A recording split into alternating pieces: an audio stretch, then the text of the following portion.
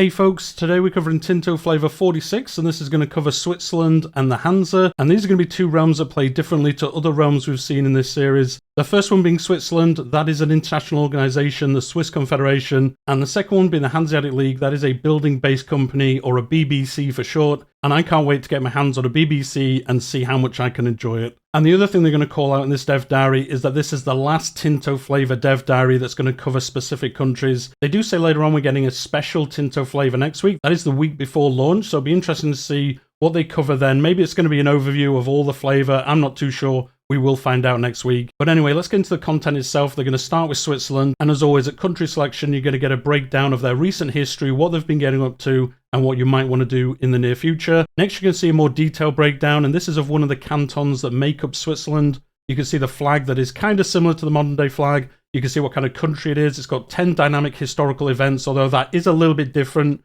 because when you form Switzerland, you do get some of the other ones from the other realms that do make up Switzerland at the start of this game. You can see the current ruler. The primary culture is High Alemannic. The primary religion is Catholicism. They only have one location, 19,000 people, 3.25 ducats a month, just over 500 manpower, and it is Switzerland, so they have no navy to speak of. Below that, you can see it's 100% culture, 100% religion as well for this realm. A little bit of a rarity for these dev diaries. Next, they're going to show us where you'll find them on the map, and of course, it is the middle of the Alps, and you can see that on the screen at the moment. And there's also a bunch of the other cantons here that do make up the Swiss Confederation. And how does the Swiss Confederation work? Well, you can see it on the screen now. You can see there's different policies. You can see the antagonism that it causes, and then you can see there's 5 members in this example. In the next screenshot, you can see the international organization screen for the Swiss Confederation, and again, you can see there's 5 members. And then as we've seen with all these international organizations, there are different laws that you can have, and that affects like how it will play out. And you can see this is no different. So you've got admin laws, military laws,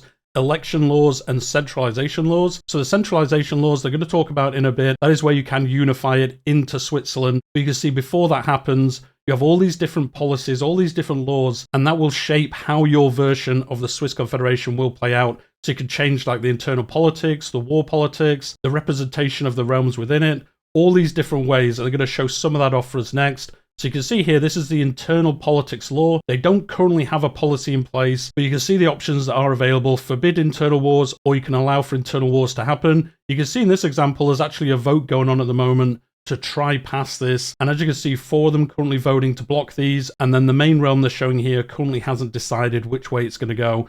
In the next one, they're going to show the membership regulation law. And they do say in 1337, the Swiss country wasn't really set in stone, and there's a law to which you can set this when you do start playing. So you can see whether the countries would accept this, and that is depending on their primary culture. So there is some leeway when you first start, and they kind of showed that in one of the earlier screenshots, that some of these policies haven't already been chosen, so you can try kind of form which version of Switzerland you want, depending on what you're trying to do in your campaigns. So you can see here, the active policy is native Swiss only. Only countries with primary culture is Swiss and have their capitals in Switzerland, Britannia, or Romandie can join the Confederation. You can see there's different options, Swiss culture and relatives to the Swiss, so that kind of expands it out. If you do want to keep the Confederation around and you do want to expand it into other areas, you can choose one of those different policies if enough of the other realms do agree with it. The next law they're going to show us is Swiss unification, and this is a core issue of the Confederation, whether to keep the confederal status or strive towards something a little bit more unified and a proper country, if you want to think of it that way.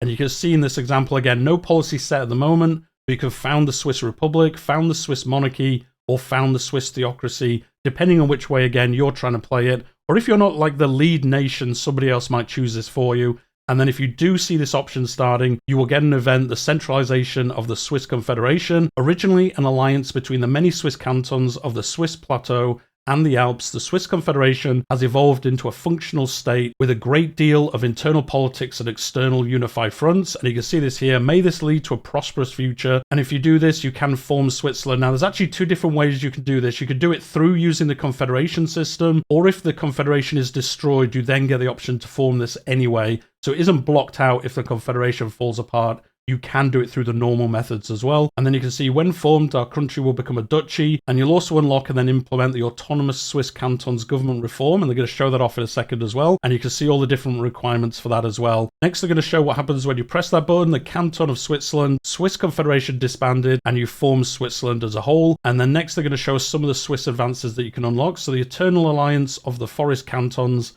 this is available in the Age of Traditions, monthly prestige 0.10, monthly diplomats 0.10 as well. The next one is Legacy of the Morgarten. This is available in the Age of Traditions, and yes, once again, it is our old favourite, infantry power plus 10%. Next is Swiss Mercenaries. This is mercenary maintenance minus 20%, mercenary size plus 25%, so making mercenaries cheaper and bigger to use. And then the next one, I'm not going to try pronounce it. This is available in the Age of Discovery, and this unlocks a regular regiment of the same name. You can see that in the next screenshot. I guess you are going to be building these as the Swiss. They do look pretty decent for your armies. Next is Alpine Defensiveness. This is available in the Age of Reformation.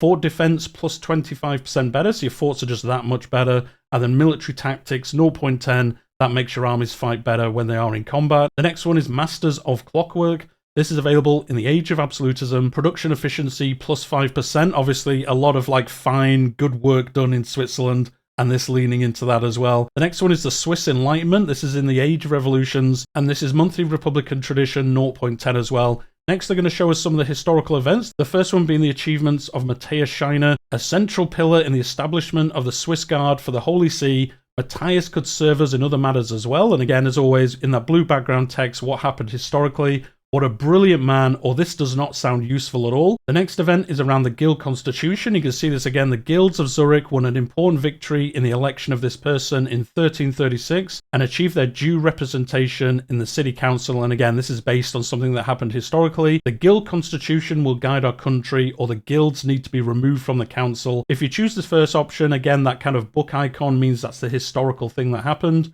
You can see the government reform that this will unlock. This is burgher estate satisfaction equilibrium plus 5%, maximum tax of the burgher estate minus 10%, but then production efficiency plus 2.5%. That would probably outweigh the reduction in tax that you would get from the burghers. The next event is the Collegium Helveticum. Our people lacked a proper institution to educate the members of the clergy, and this is all about correcting that issue. So you can say very well, or we should pursue other options. If you choose very well, you can see you can build this building. It is a cultural building, and this provides the owner of this building just 2 gold. That's what it gives you, just a flat extra 2 gold. I guess that's pretty good, although late game it's going to scale very badly. But anyway, that is what it provides you. With that though, that's our initial look at the Swiss Confederation. Let me know what you think about it. I think it's cool. It's got its own special mechanics. Next, they're going to cover the Hanseatic League, again, found in the HRE, and you can see a recent history of what they've been getting up to. And again, you can see the name, the flag. They've got 8 historical dynamic events, and you can see the current ruler at the start of the game as well. And then you can see the primary culture, Hanseatic, primary religion, Catholicism,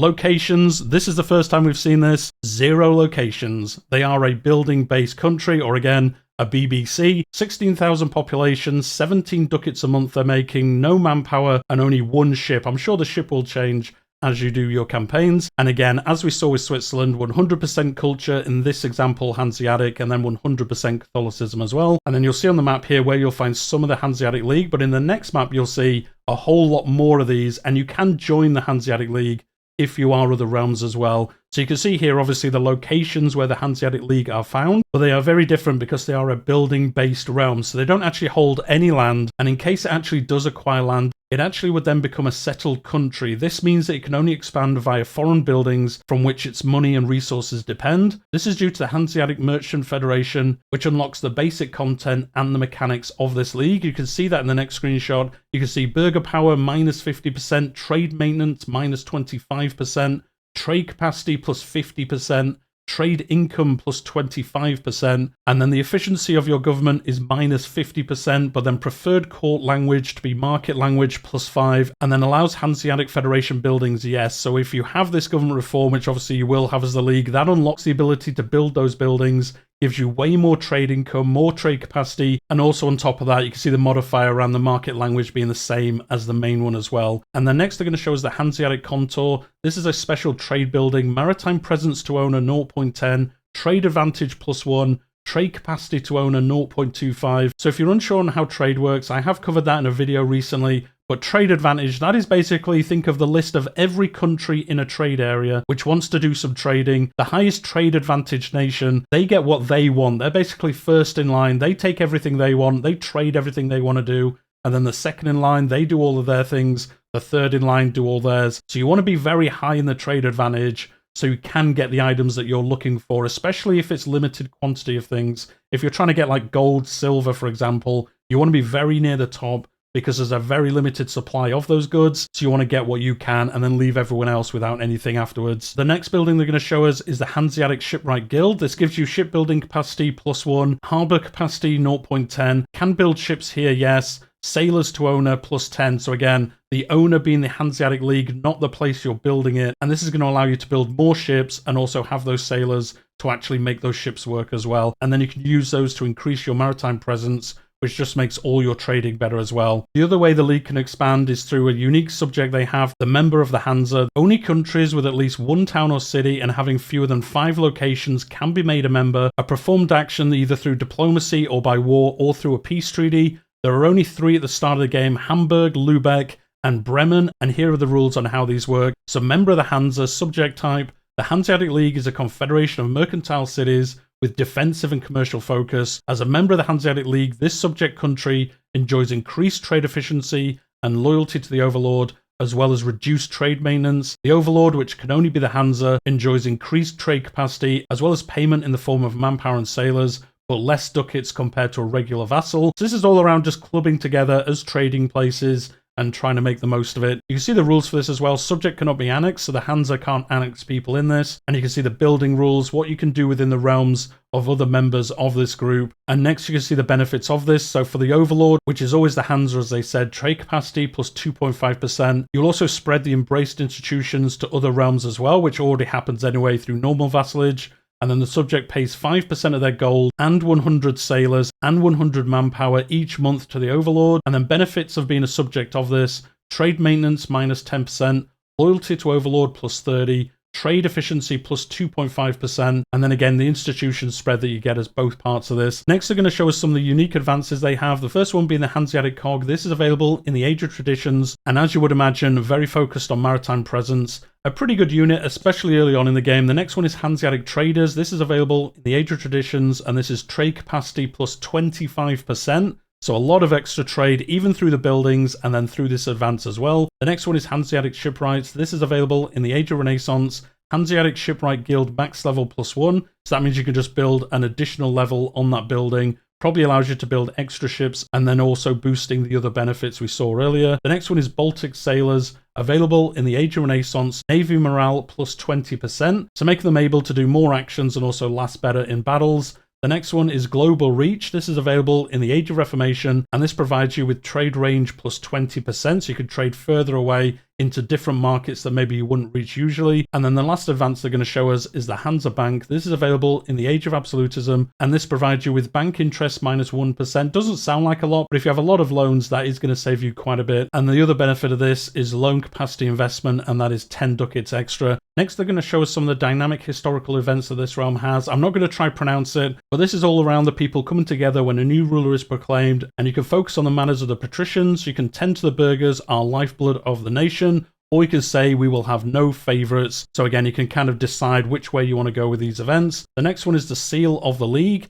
The union of which we are all members of has been prospering for some time. Business and affluence flows freely through our trade hubs throughout the entirety of Europe, and you can say we will adopt Lübeck's seal, the merchants of Wismar will represent us, or what about Rostock? So this is all about, I think, having a unified look for your diplomacy, and I guess you get different bonuses depending on which realm you choose as like your primary diplomats, I guess, with how this will play out. And with that, folks, that's the end of the Dev Diary this week. Let me know what you think about both of these type of realms. I think they both look pretty cool to play. I think playing in the mountains of Switzerland, that's going to be really fun to do. And then obviously the Hanseatic League, a non-landowning realm to play. That's just such a fascinating idea, how that's going to play out, how well you can do with it, how much money you can build up. If you're not aware, you can play as a banking country as well, which is very similar. You don't have land, but you're building like banks in different realms, taking on loans, just trying to make a bunch of money and then decide what you want to do in your campaigns. The last part of the dev diary, they're just going to talk about what's happening next week. Now, this is the last week before the game is actually released. Yes, we finally got here. And as you can see, there's a bunch of dev diaries. Tuesday, as they said at the start, the Tinto Flavor is a special edition,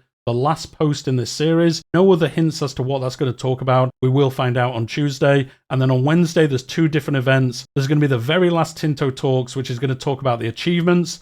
I can't wait for this one. It'll be cool to see what kind of achievements they have. Let me know what you think some cool ones might be, but that's going to be a really fun one to see. And then also the Paradox Tinto team that make the game is actually going to be streaming it on Wednesday as well, so we can actually see the game in action. So do tune in for that if you want to see like how the game's doing, how the content looks, and it's going to be really fun to see what they do. Thursday, they're going to do a tutorial video, everything you need to know before unpausing, so your initial moves in the game, what you might want to leave automated, what you might want to do in your first steps in the game. Friday, first pre-release gameplay videos are released, and then on Sunday, the end of the embargo for all content creators. So if you are interested, if you enjoy my videos, I will be streaming on that Sunday. So that's not this Sunday tomorrow, it is next Sunday. I'll be streaming the game, showing you the content and just answering any questions you have that you might ask in the chat. So do join that if you're able to. It's going to be cool showing the game off, seeing what you think about it, and then also giving my feedback on some areas of the game as well. But we'll leave it there for today. Hit that like button if you've enjoyed it. Subscribe to the channel if you haven't already. I've covered this game since its initial announcement, like a year and a half ago.